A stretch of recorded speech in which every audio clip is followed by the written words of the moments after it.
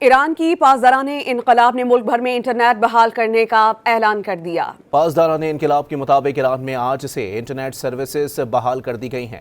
Internet services کی بحالی کا اعلان پاسداران انقلاب نے اپنے ٹیلی گرام چینل پر کیا۔ اس سے قبل انٹرنیٹ کی نگرانی کرنے والی ایک عالمی تنظیم نیٹ بلاکس نے ہفتے کے روز انٹرنیٹ ٹریفک میں معمولی بہتری کے حوالے سے بتایا تھا۔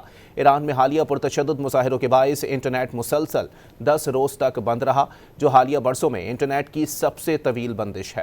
ایران کی پاسداران انقلاب نے ملک بھر میں انٹرنیٹ بحال کرنے کا اعلان کر دیا۔ پاسداران انقلاب کے مطابق ایران میں آج سے انٹرنیٹ سروسز بحال کر دی گئی ہیں۔ انٹرنیٹ سروسز کی بحالی کا اعلان پاسداران انقلاب نے اپنے ٹیلی گرام چینل پر کیا۔ اس سے قبل انٹرنیٹ کی نگرانی کرنے والی ایک عالمی تنظیم نیٹ بلاکس نے ہفتے کے روز انٹرنیٹ ٹریفک میں معمولی بہتری کے حوالے سے بتایا تھا۔ ایران میں حالیہ پرتشدد مظاہروں کے باعث انٹرنیٹ مسلسل 10 روز تک بند رہا، جو حالیہ برسوں میں انٹرنیٹ کی سب سے طویل بندش ہے۔